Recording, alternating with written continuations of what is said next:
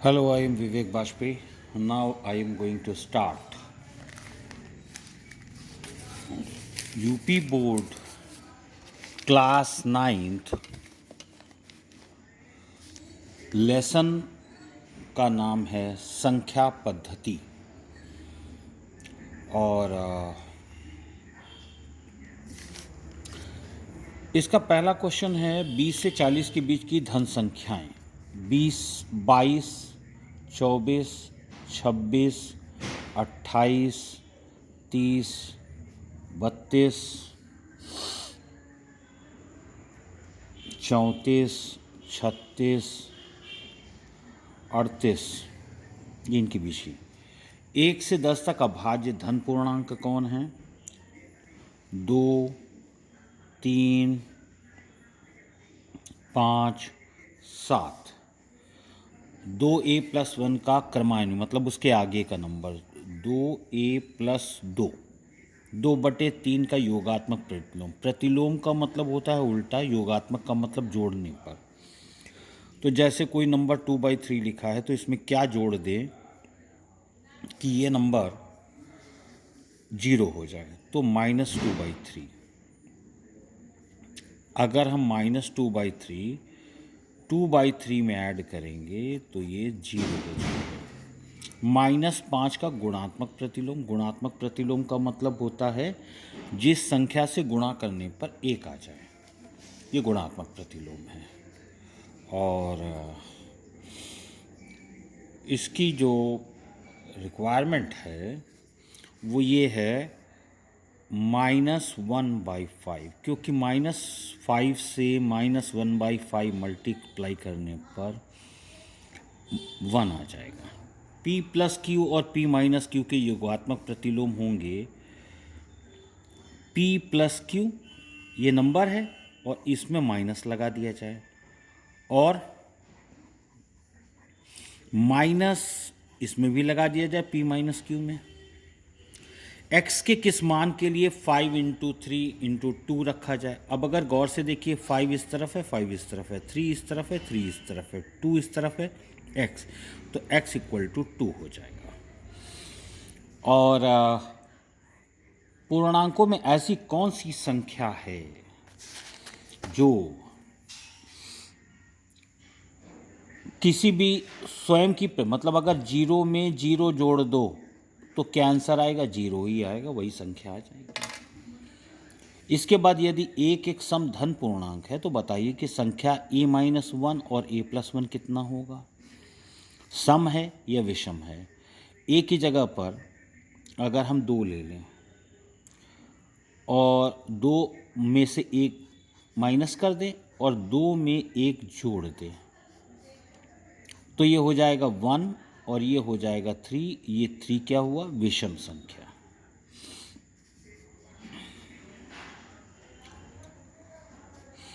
संख्या रेखा पर 5 और 7 का योग। अगर हम यहाँ पर एक संख्या रेखा बना लें तो इट इज़ यहाँ पर 1, 2, 3, 4, 5, 6, 7, 8, 9, 10, 11,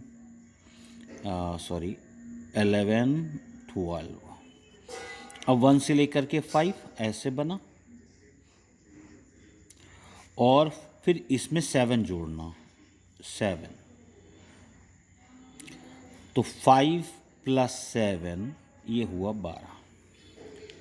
इसके बाद सवाल नंबर 11, दो धन अभाज्य पूर्णांक। अभाज्य का मतलब है कोई भी धन अभाज्य पूर्णांक, जैसे 2 और 3, इनका गुणन सदैव अभाज्य होगा। ये असत्य है। क्यों? 2 और 3 को जोड़ोगे तो 6 आएगा, 6 अभाज्य नहीं है। इसके बाद सम, दो धन अभाज्य पूर्णांकों का योग सदैव अभाज्य होता है। दो धन अभाज्य पूर्णांक, अभाज्य मतलब 3 और 5। अब 3 और 5 हम जोड़ेंगे तो इसका आंसर आएगा 8। ये तो सम संख्या है। अभाज्य नहीं है, अतः यह कथन असत्य है और असत्य है। तीसरा, यदि a और b कोई भी दो ऋण पूर्णांक हैं, तब a प्लस b भी सदैव ऋण पूर्णांक होगा, निश्चित रूप से। क्यों? अगर हम ये माइनस a मान लें, ये माइनस b मान लें, तो इनका योग minus a plus minus b, तो माइनस a माइनस b, और हम माइनस कॉमन कर दें तो a प्लस b इसका आंसर हो जाएगा।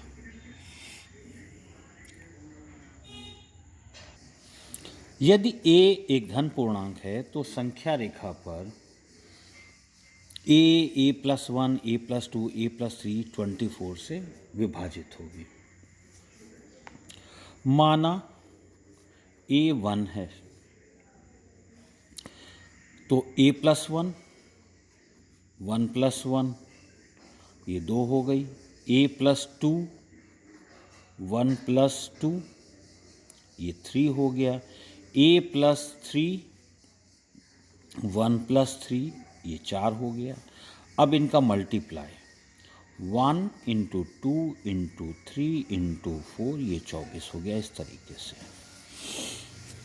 13वां नंबर सवाल, यदि a एक सम धन पूर्णांक है और b एक विषम धन पूर्णांक है तो इन संख्याओं का उत्तर बताना है। a स्क्वायर, a सम धन पूर्णांक है तो माना a की जगह पर हमने 2 ले लिया, तो 2 का स्क्वायर क्या निकला? 4। b स्क्वायर, ये क्या निकला? अगर हम इसे विषम लेंगे तो 3 का स्क्वायर 9 हो जाएगा। a प्लस b का मतलब हुआ 2 प्लस 3 ये 5, ये सम, ये विषम, ये विषम,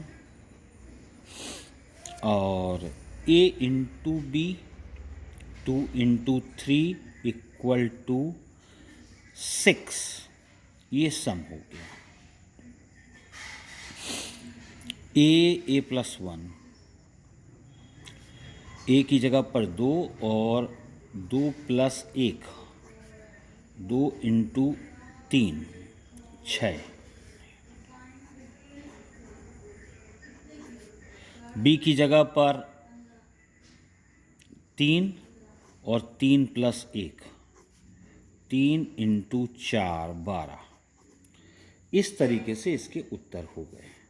सम, विषम और सम संख्याएं। फिर धन पूर्णांकों के किस गुणधर्म के? ये वितरण नियम है, वितरण नियम गुणा पर योग का नियम।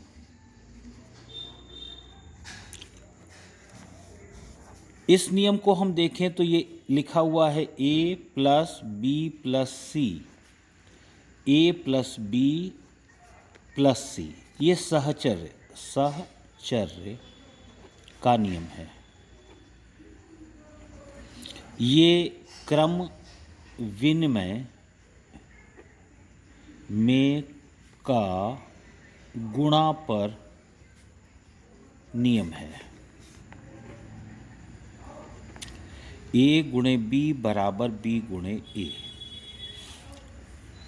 अगर इस नियम के आधार पर यहाँ d में लिखा 3 गुणे 5 बराबर 1 गुणे 5, तो a की जगह पर क्या आएगा? देखिए गौर से, 5 और 5 सेम है दोनों तरफ, a की जगह पर 3 आ जाएगा। ये सत्य है। संख्या रेखा पर हमें अलग अलग चीज़ों को बना के दिखाना है। ये कोई ऐसा नियम नहीं है जो बहुत विचलित करने वाला हो। और जैसे -5 अगर हमें दिखाना है, -5 का मतलब हो गया हम ऐसे रेखा खींचेंगे, ये 0 हो गया, ये -1, -2, -3, -4, -5, तो ये 0 पर -5। फिर फिर दूसरा -2, -2 का मतलब हुआ 0, -1, -2, ये संख्या रेखा पर -2 हुआ। 0, ये 0 हो गया। फिर 1, 0 और ये 1 संख्या रेखा पर। फिर 5, 0, 1, 2, 3, 4, 5, इस तरीके से ये हुआ धनात्मक। Thank you for watching my channel, और इसे लाइक करें, सब्सक्राइब करें और शेयर करें। Thank you for watching my channel. Thank you.